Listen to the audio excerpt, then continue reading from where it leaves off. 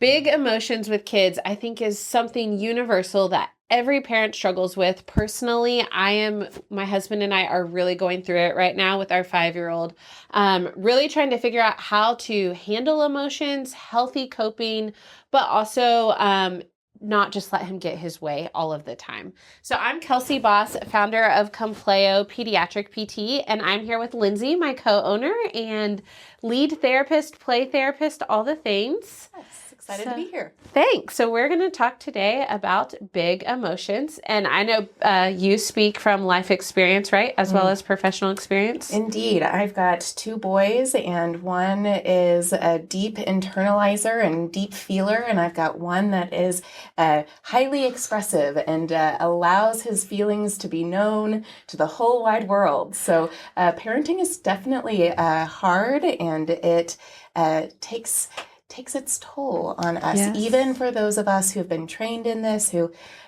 have the skills. I think that parenting really allowed me a new level of empathy for what the parents and our clients are going through day to day.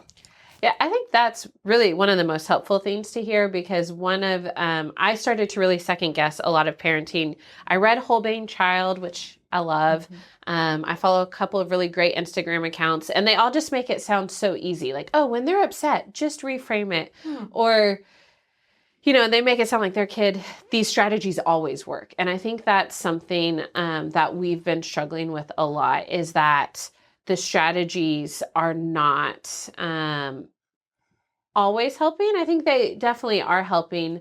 But I guess one of my first questions is, how we handle things at home and in public are different. So I will give an example. How would you handle, we were at church this week. He did really great. Our church youth room is set up wonderful. They have crash bag and sensory options, and he's able to self-regulate as needed. And then when we were leaving, he wanted another applesauce. And the children's director said, we need to save the snacks for next week. And so I kind of picked up that the free handouts of food were done. And so we tried to set a boundary of, I hear you're hungry. We're going to go to lunch. No more applesauce. And he just lost it and could not hear anything. And, my question is, how do you handle it in those moments? We ended up just having to carry him out, kicking and screaming. It was definitely the football hold with the arms going like this, and then you're putting them in the car seat. So in those moments where you don't maybe have time or the option to just let them sit in their room and process their feelings, how do you handle those types of big emotions in public? Well, I first want to back up and say that is a really hard situation. I think that if you have not yet carried a screaming, kicking child out of a public building, you have not yet arrived into parenting. It is a parent rite of passage. It will happen. It has happened to us all. And as we begin to kind of have this conversation, I like to take a step backwards and go really allow us to sink into the why, what's behind the behavior. There's, strategies called chasing the why, figuring out what that root cause of the behavior is. And then that allows us to be able to prepare for success in future situations. It's not going to be a one-size-fits-all strategy. I think that there's a stream of consciousness parenting strategy document that I have put together from all of the resources I have ever read. And it's, if this one doesn't work, move to the next one and move to the next one. But what research really shows is that the number one thing that you can do for your child is to begin to focus on our own regulation. Our children don't have the tools and skills yet to be able to self-regulate, and when they're in that stage of or in that state of activation is what we'll call it, they're not able to access their problem solving skills, their upstairs brain, like Daniel Siegel calls it, and that really they're in that fight or flight system. And what we know is that the brain reads for safety 4 times every second, which is faster than I can I think, Wow. count in a second, right? And our brain is constantly reading for safety or for danger around us. And at the same time, our brains are intaking about 6 million bits of data at any given second. And so we might not always know the why. So I have said, chase the why, and I'm going to say there's 6 million bits of data, and we might not know the why. But we do know how to get back into a state of regulation. And for our kids, and even for us, oftentimes we do that through co-regulation and connection. Which is really hard, because if you have had to carry a screaming toddler out or 5-year-old, elementary school child, right? We're not toddler anymore. Out of a building, you recognize, at least for me, I feel it all in my chest. Like I'm probably blushing red right now as we speak. Like I can feel it in my body, that prickly sensation of, oh my gosh, what is happening? Which means that our children are feeling that too. In this, one of the statistics I use is that the electromagnetic field of our heart, which sounds like woo-woo science. It's not. We have an electromagnetic field of all of our organs. It is the strongest one in our body, and it impacts your electromagnetic field up to 27-ish feet. Oh, wow. Which, if you know, and you've ever been like doing dishes while your partner walks through the door, like it's why you can sense that they might have had a bad day before you even turn and look at them. I feel like I can always tell. I'm like, oh, we're in a great mood today, or Ooh, I'll walk in and Warren will be like, what happened at the office today? And he can just, that's really interesting. So that is that co-regulation piece. It's also co-dysregulation. I've not heard that term coined, but we might do that here today, is that what is happening inside of me impacts you, and what is happening inside of our kids impacts us. And we're the adults and have to figure out how to make our electromagnetic field more regulated and stronger than our child's. So that we can, instead public, of, okay. What are your short strategies when you don't have what are your short strategies for co-regulation? So take a breath. First, take a breath. Take a breath. Pause. There's always space. Even being able to remind yourself that you are not alone, and any other parent who is in this room and the Sunday school teacher has seen this happen time and time again. In our office, I always say, this is a safe place to have a meltdown. Welcome to being human. That is important. Now, there are some different strategies. One of them is, how can we briefly engage our own senses? All of them. How can we take a quick sip of water? So let's think about taste, something cooling, something refreshing. Popping a mint into your mouth, increasing some activation and awareness to our system. What about smell? Is there something I can grab, a lotion, that my favorite lavender or eucalyptus lotion that I can quickly put on that allows me to just rest? And these are all things we can just keep in our purse or our diaper bag, or kind of have. Yes. I talk about like smells that bring our energy up when we want to disconnect and we want to withdraw, because sometimes, let's be honest, we just want to back away from the situation if that freeze kicks into our body. And sometimes we need to decrease our energy because we're up here and we're hot. And so we got to come back down. So knowing what kind of helps in each of those situations can be helpful. Thinking about something that you can feel, like for me, having something soft to touch, or a fidget, or even a spiky ball to bring awareness back can be helpful. What other senses do we have? Vestibular, so like spinning around, or deep pressure. Yes. Like the crash mat for my son is great. Yes. So we can, even invite awareness back into our own body through touch. That proprioceptive squeezes. Yeah. And we can do that for our kids too. We can begin to, if they will allow us to engage, to gently give squeezes, or to ask them if they would like a sip of water. Or for me, I constantly have a purse full of snacks. I have a glove box full of snacks. We have snack bags scattered throughout our car. We don't go anywhere without snacks. I often use the acronym HALT. Do you know this acronym? I have heard it, and I'm mind blanking on. Okay. Halt, stop.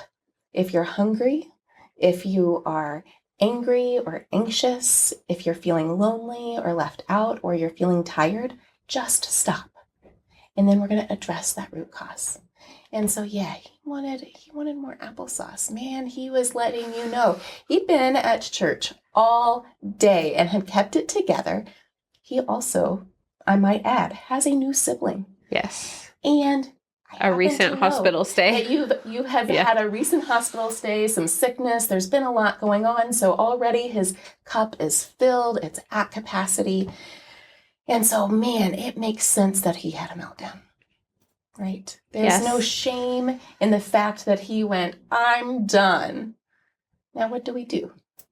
So for us, going to a restaurant might even increase the pressure in one of my children's nervous system, and thinking about having to go and sit still in a restaurant would be too much for him. And so for us, we'd probably alter plans. Yeah, we did end up altering. We ended up at home. We did not make it to the restaurant. I will say I've been working really hard on trying not to escalate with him. And I have found when we hit these meltdown moments, he de-escalates quicker. So I carried him out and I just kind of used the words like, this is not okay. We need to keep our bodies safe. We need to keep our people safe. But once we got in the car, I said, you can scream, you can. Yeah.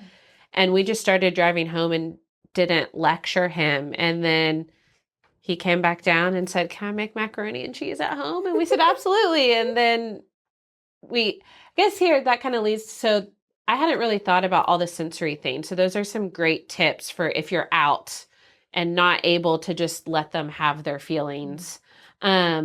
Something I have been struggling with a little bit, though, is once they come back down, because I know we're not reaching that upstairs brain when they're in a meltdown. We are not reaching the rational. But once they come back down and we want to help them process, I also I want him to know feelings are okay. And I don't want him to feel like he has to keep everything in, because that's where sometimes we get this overflow. So for maybe some different ages, 2, 4, 5, 6, what are some questions or strategies to help them process and then hopefully prevent, to help them raise awareness to, if I start to feel like X, I need to ask for Y, so that we prevent getting to that meltdown overflow point. Yeah. I've heard you even use some of this in our discussion today, but being able to give our children language for what's happening inside of them is so important. Our children don't know what's going on. And so when they feel their heart rate escalating and they feel their palms getting sweaty, or they feel this tension in their head, being able to name it is so important. Even if it's not okay for us to hit and kick and punch a wall, it is okay for us to feel angry. Oh, you're feeling really angry right now. You're feeling really frustrated. You're so disappointed. You were really looking forward to applesauce number 10. I get it. Now, you're going to have a handful of kiddos who respond so well to that name it or tame it strategy. This is not my child. Yes, that's what it sounds like, is your child is going to be the one that's like, no, I'm not angry. Yes. And you're like, okay, you're not angry right now. You're feeling a little mad. I'm not mad. Oh, let me take another step. You're feeling hungry, or you're feeling all done. You want space. What can I reflect to them that allows them to go, yeah, maybe she gets my experience. Now, they might be stuck in that fight response. And so anything that comes their way is like they're just playing dodgeball right now. And that's what they're doing with their words. It's not because you necessarily have missed the mark. You could have. And we might need to try in a different way. They might just be saying, I feel unsafe in my body and in this space right now. Not because you're hurting them, right? It's just because this big rise of emotion feels like a lot.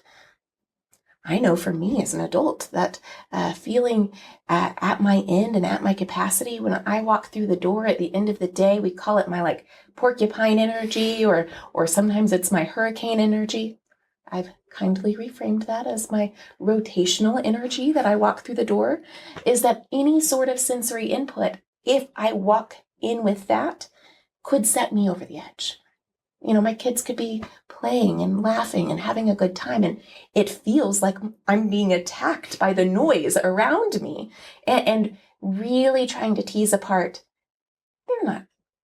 They're not trying to irritate me, right? It's all about my day and what happened before that.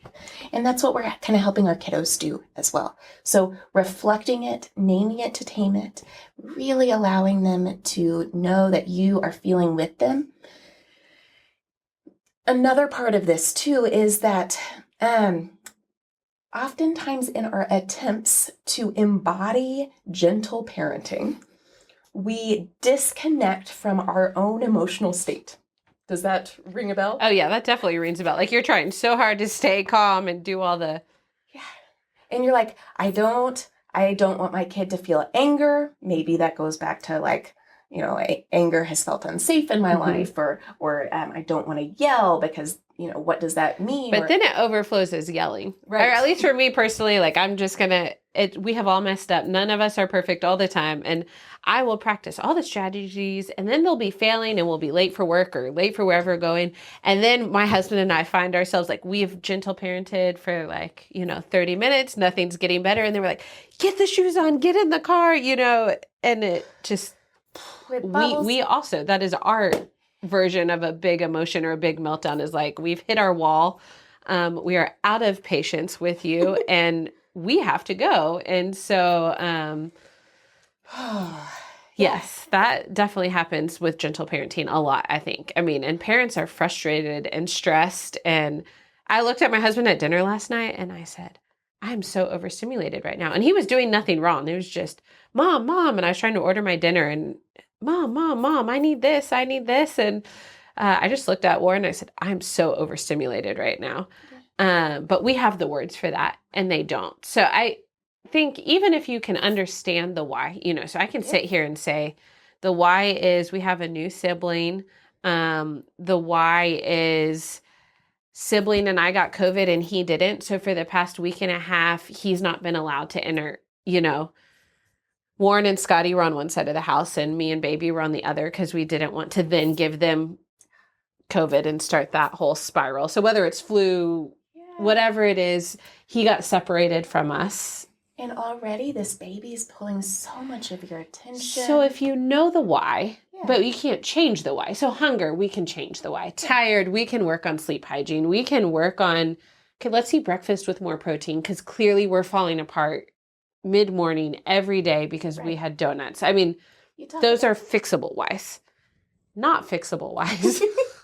Not sending the newborn back. We love him very much. Scotty loves him very much. Can we how do you address it? Acknowledge that. Let's talk about it. You'll hear me say this over and over again, that we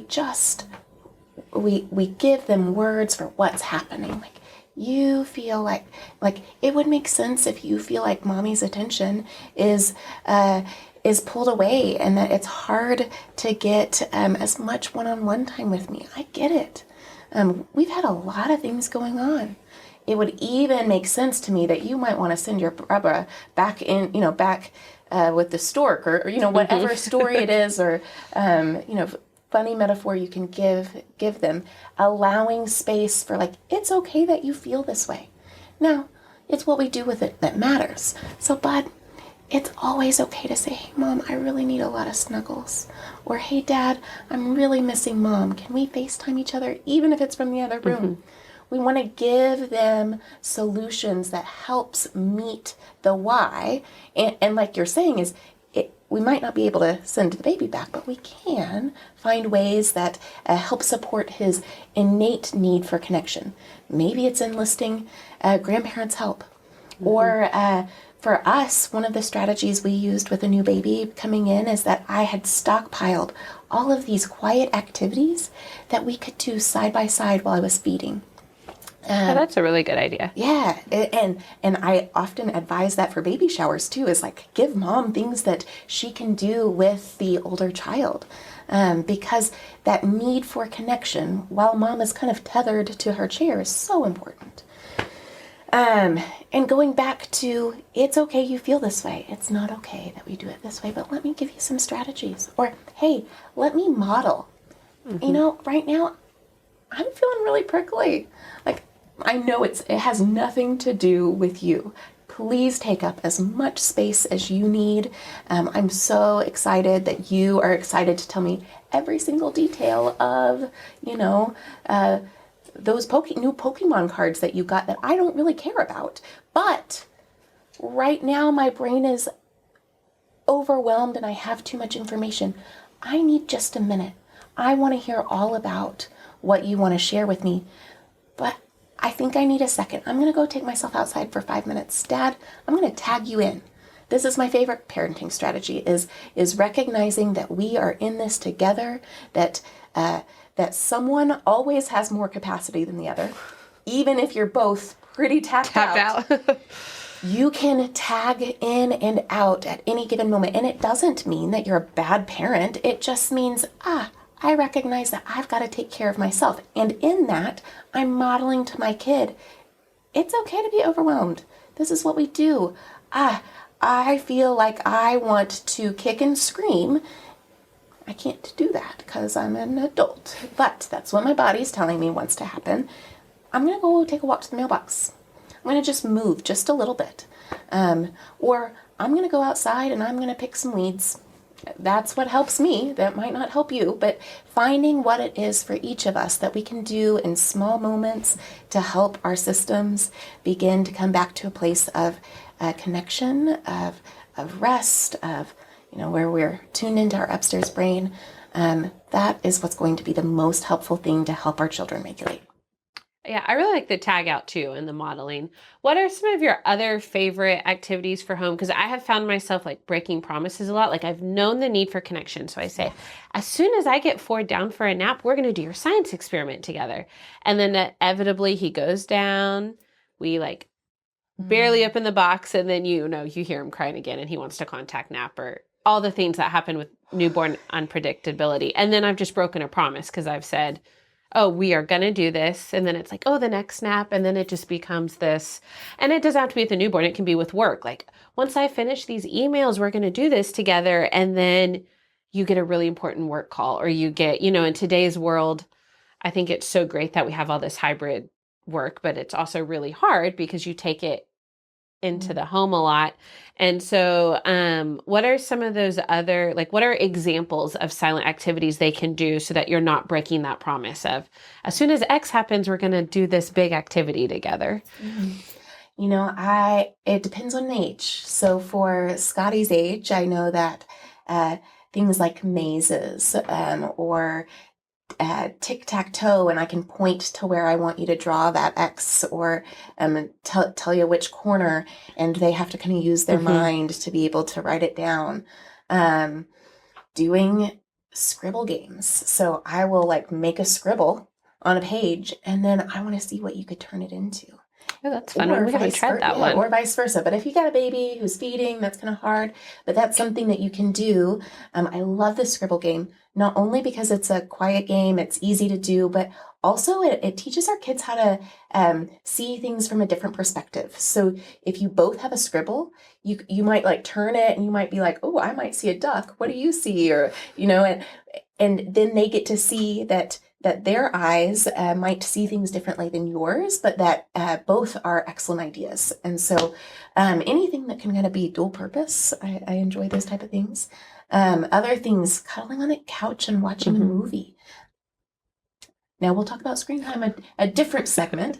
But dot markers are lovely. I love dot markers because they kind of get a little bit of aggression out. You can hit it a little hard. It might make some banging on the table, but it also gives them some fine motor activity or some sensory play. Some good old fashioned put a rice in a bucket and have them pick out a couple of toys and dig and swim or and that's great for younger ages too. Yes. And my 8-year-old still loves a good sensory bin. You're never too old. No, I find myself in the sensory bins. Like, I don't know who gets more out of it, Scotty or me. I find myself a lot. So those are all really good strategies. I actually haven't tried a lot of those. I love the sitting side by side, because then you're not waiting for that magic moment when you don't have a work email or they're falling asleep or, things like that. What are some good strategies? So we kind of talked about if something happens at home, and all these strategies I think are going to help with the why to help us prevent from getting to that overflow point, but it'll happen. It will. We all get to that overflow point. And so if you're at home and you have a little more flexibility on how you handle that, I think I've been struggling. I've tried all the Instagram popular things. So I tried the sensory jar and the other day, and he looked at me and he tossed it. And the second it hit our floor, it splattered and we had a glitter explosion. So we've been getting a little violent with our meltdowns, and we do not hear it's okay not to hurt yourself or your things. And so we have to move him to a safe, place. And his room is the best safe spot right now.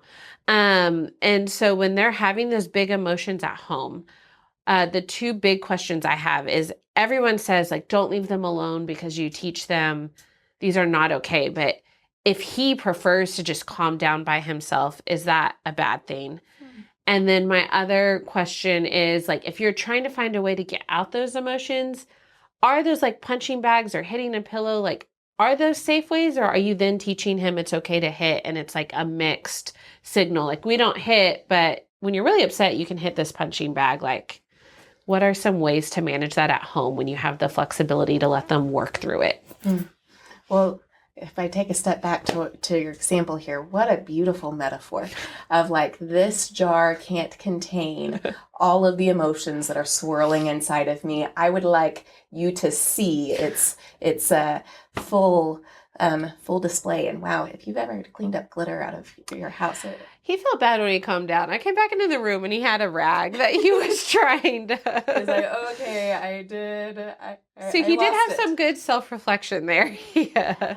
And how powerful that he was able to do that and clean up on his own. I think the hardest thing here is knowing your child. I have one who, when he gets upset, all he wants is just to be close. He could crawl up next to me. We could talk. He would like squeezes. He wants to be right here. And I have another one who locks himself into the pantry and doesn't want anyone to come near him. And that has been really hard for me as a parent to go, is it okay that you want space? And the more I have sat with processing that, of course it's okay that I want space. I actually recognize that when I'm upset, I need to take a break myself. So we're not teaching those emotions are shameful, or like if we leave them alone in their room to calm down. Now, if it's you have to go in here because you've done something bad, yes. But if it's hey, you're showing me that you need a little space right now. I'm right here. I'm right here, and I'm going to give you as much space as you need, but know that as soon as you're ready, I don't want to get away. You're letting me know that you need more space. Great. I'm backing away. I'm going to be right here in the kitchen. Let me know if you need me. I'm going to come back in and check on you in a few minutes. So if you're doing check-ins, then it's okay to let them, just as long as you're not saying, go calm down in your room. You're not allowed to come out till you're calm, and you don't even check in with them. That's when it would become maybe more emotionally damaging. Yeah. And I think about the tag in and tag out here as well. Is typically by the time we've gotten that big, my heart rate has escalated, and regardless of what my words are saying, he feels what's happening inside me as well. So that might mean that I'm not the first person that goes to do a check-in. Sometimes we're the only people that exist in the house. And so it is, I'm the only nervous system that can help my child in that moment. And the most important thing that I can do for myself is also take a break and a breath and remind myself that this is normal. And even it is normal for our kids to push back on boundaries. I tell parents this a lot. If our children aren't testing our boundaries or our rules, it actually tells me that something might be wrong. It's a really good sign when I start to see a kiddo go, is this okay? Is this not? What's going to happen? Is it going to be consistent? I want to raise a critical thinker. I mean, I don't think I want to raise a kid who just blindly follows everything they're always told to do. You know, the classic, if you jumped off a bridge. I don't want my kid to jump off a bridge. I want him to think for himself. So I've never that's a great, I always say you're like one of my favorite reframers. You are like always able to reframe things, but I think that is helpful for me to think this is actually a positive. Like this is actually him thinking, testing, but critically thinking through some of this. And well, I'll give you another reframe here. This is the most important statistic that I learned as a parent, is that in order for our kids to develop a healthy attachment, we only have to do things right about a third of the time. And when I say right, I mean, say the right thing, do it in a connected and regulated way, which feels like a target I can maybe hit. That feels obtainable. I mean, I've been really down on myself because I, especially the Instagram world, just feel like I should be practicing these perfect, gentle parenting strategies all the time, and he should be responding. And I definitely, my husband and I, we've definitely lost our patience. I mean, nothing dangerous to, ourselves or Scotty, but we've yelled, we've gotten frustrated. We've not been able to practice the strategies. And so that is a very helpful reframe. I had not heard that statistic. So it is so helpful. And what that leaves is 2/3 of the time that maybe we miss it, or we yell, or we go, this is too overwhelming and I've got to back away, and we withdraw. Whatever it is, 2/3 of the time it's about rupture. It's about modeling rupture and repair.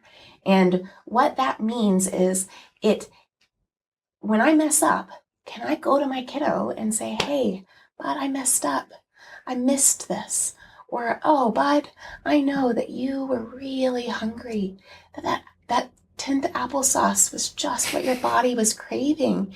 And that you, in fact, when I looked back on our last couple weeks, I can't even believe that you made it through 2 whole hours at church, and you kept yourself cool and collected. And of course, being hungry set you right over the edge. And can we model how to repair and come back and reconnect after something's been hard? Let's talk about it. Maybe they're not ready. Maybe they're hiding and they, no, everything's fine. And you're just going, hey, I'm just a gentle reminder, I'm here. Mm-hmm. You can always ask for help, or, I'll always be here when things are hard. That's the most important. Yeah, I like when things are hard, because I think something with all of this that we're struggling with is teaching him that there's not always a solution. And so sometimes we know the why. Yeah. And so just when things are hard, I like leaving it there. And then on the flip side of some of that, how do you encourage, I don't like the word punishment, but I a lot of parents out here are going to say what is a good punishment, or what is a good strategy if, they really do something that they really shouldn't do, if they hurt a sibling. I mean, Scotty kicked our dog once.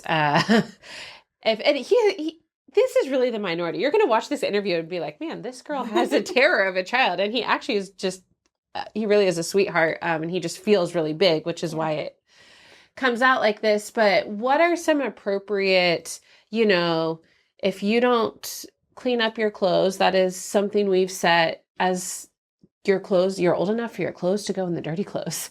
And if you choose not to put them in there, you're choosing to lose screen time, or you're choosing what are some ways to start to show natural consequences without that more traditional punishment, spanking or timeouts, or some of the things that research shows are not as beneficial. How do we start to enforce consequences that are appropriate?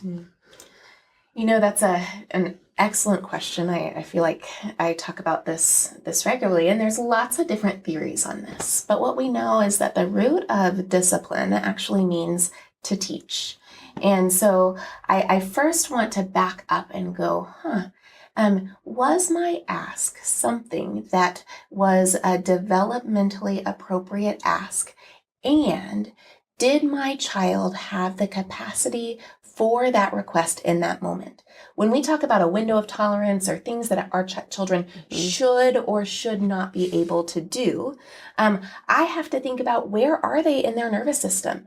My capacity to do dishes and to cook a 3-course meal and to make sure that all the laundry is done on any given day, my capacity is gonna change depending on what my work week has looked like. So I want to keep all of that in mind when I'm thinking about the requests that we ask our kids. I also want to go, hey, we might have talked about this 10 times, but do we need this modeled in a different way?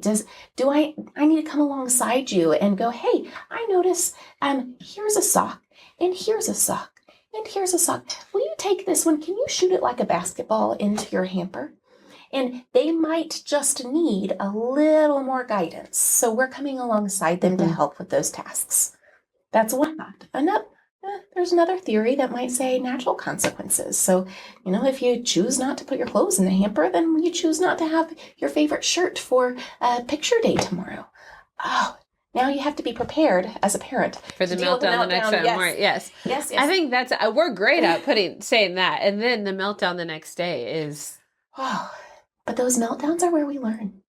And those meltdowns and recognizing that there's consequences for our actions in those moments, they're opportunities.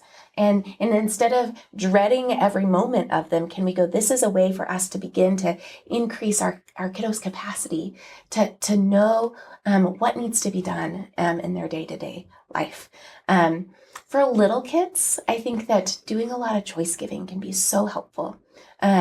Our children have very little control in their life. And for those children who have a lot of a need for control, I might have been one of those children. That is my child. That is Scotty to a T. Yes, he needs to control every situation. Yeah. How can we return control back to them in everyday moments? So, would you like to wear the blue shirt or the red shirt? Or do you want to wear this pair of shoes or this pair of shoes? But using choices as a quote unquote consequence here, we can use a model called ACT. It's called Acknowledge the Limit. I'm sorry, let me back up. It's called ACT. It's acknowledge the feeling or kind of what's the underneath, that's the reflection that we talked about earlier. Communicating the limit and then targeting alternatives. So,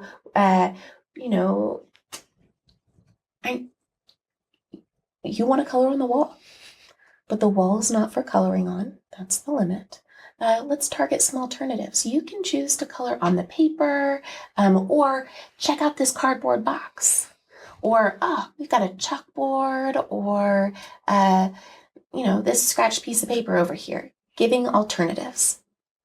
Now, you can add on to that if you choose. After I've reflected this, yes, if you do all that and they look you in the eye with the Sharpie and go to the wall, because that happens. Check out my Instagram. I have a beautiful Sharpie mural on my cabinets. I feel this deeply. You can use choices as consequences here. So if you choose to color on the paper or, on the chalkboard, then you choose to keep coloring. If you choose to color on the wall, you choose to be all done with the colors today. Or we choose to put them up until after nap.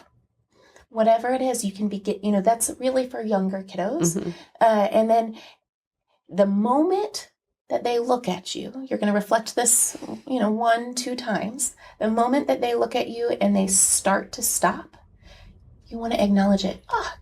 You're choosing to keep playing with the colors today. We want to just praise and praise. We're not going, see that you made, like, blah, blah, blah, blah. We're not going to heart because they're going to go right back to doing the thing you don't want them to do. Or On the contrary, if they look at you and they continue to draw, you're going to say, oh, it looks like you are all done coloring for today. All right, I'm taking the colors and I'm putting them up here. And be prepared for a meltdown.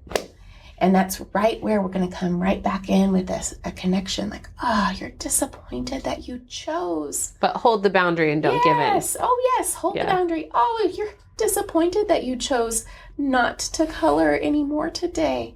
Man, it is hard. Tomorrow is a new day, or after nap, we can try again. That's good. It's just, it's so hard to hold that boundary in the moment. I think that's the hardest part, is like enforcing the limits because then you just want to be like, I want all this meltdown. We're going to cave on the limit. And then that's not good. Now, hypothetically, if you have really changed your mind and you've gone, why have I set this limit? I'm all about going, you're right. This is something that is okay for you to do. I'm okay with this. I know that I said I wasn't earlier, but I'm being intentional about changing the rule here.